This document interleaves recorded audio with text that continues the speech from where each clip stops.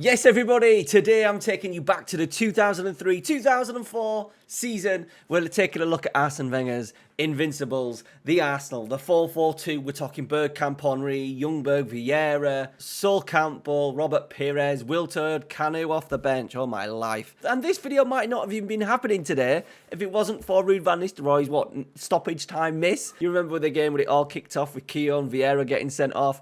Yeah, this video might not have happened, so... cheers, Ruud. All right, so let's get into it.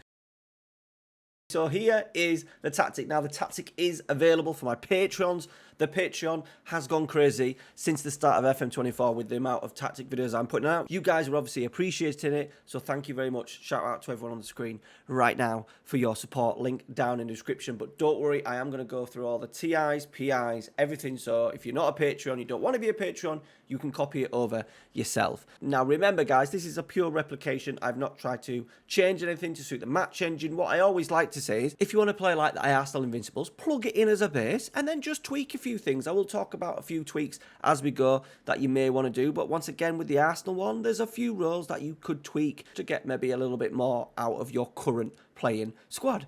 All right, sweeper keeper on support, it's the Jens Lehmann. Right fullback on support, Kolo Touré, kind of played there a bit, but generally Laurent.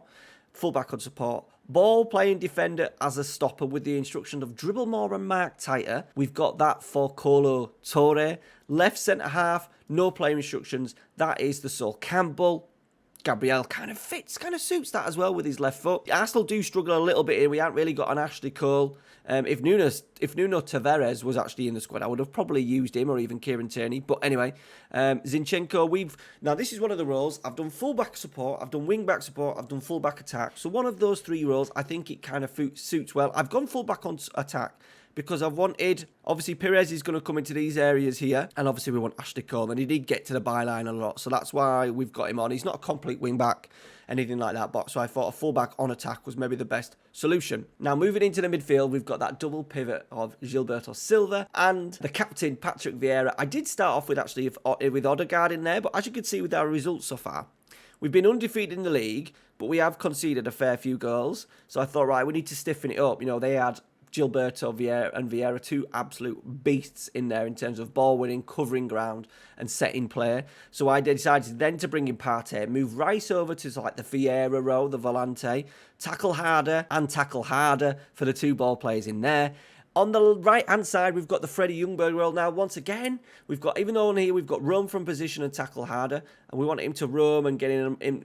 He kind of drifted inside at times. He stayed wide. He got at the back stick a lot. So I've put in wing support. It could be wide midfield. It could even be wide play. Could it be wide playmaker? No, it wouldn't, because he likes to keep his width. Wide midfield. It still could, I suppose, at times be an inverted winger. So that there is another one that you could potentially change. But remember, playing instructions, I did want him to roam from position and tackle harder. Right, and moving on to the left, Robert Pires, inverted winger on support. Take more risks. And once again, roam for position, because we do want him to come inside and work and link with the two strikers.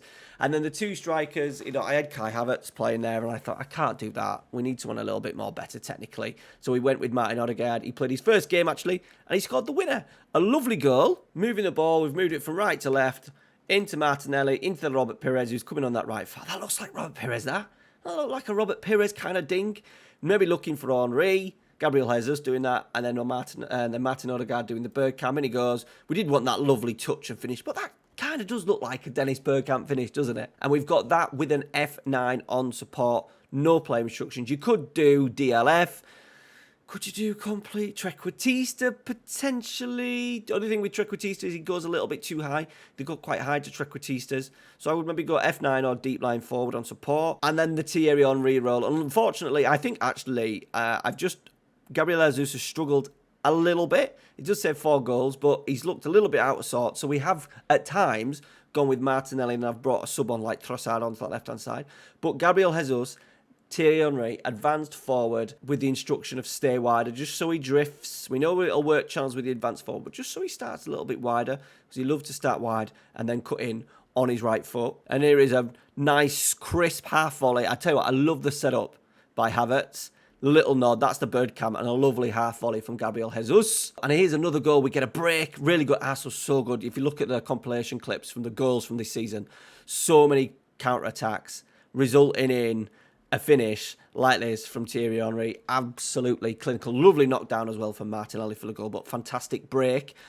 And that kind of leads in to our team instructions. So, positive mentality. But what I've done is when we've played some of the teams that I've expected to win, and when we've expected to play maybe lower teams, we've had quite a difficult start with Aston Villa, Man City, and Newcastle. But in a couple of the games, I would put it up to attacking and take risks with the players that we have. Yes, you might not keep a clean sheet, but you've got those two there. You could maybe alter the role of the Volante, maybe put him as a defensive midfielder, and then go on to attacking and allow those front four to really go out and win the game.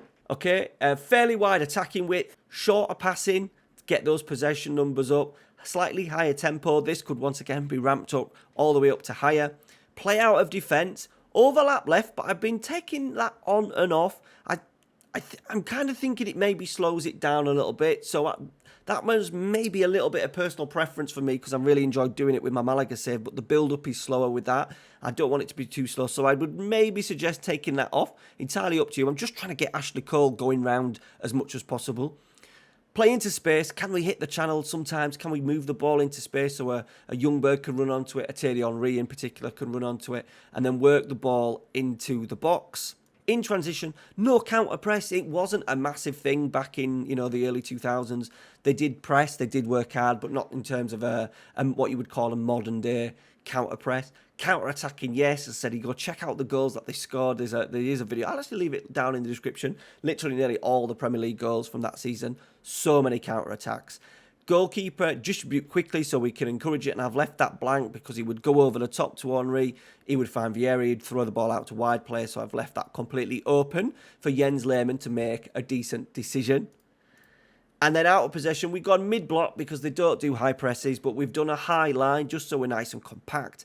Get stuck in as well, and everything else left blank. All right, guys, that is it. It's quite, doing these early, these iconic tactics are working quite nicely in the match, and they're quite simple. That would work in lower league, no problem. Maybe a DL, maybe a deep line forward instead of the F9. I've given you a few alternatives in terms of the fullbacks, the midfield, and some of the team instructions as well. Go check out the Patreon. Tomorrow we are looking at Greece's Euro success. Otto Rehagel, that dude. We're checking out him. All right, something completely different. It's a low block. It's going to be interesting to see what it does in the match engine. All right, guys, thank you very much for watching. See you later.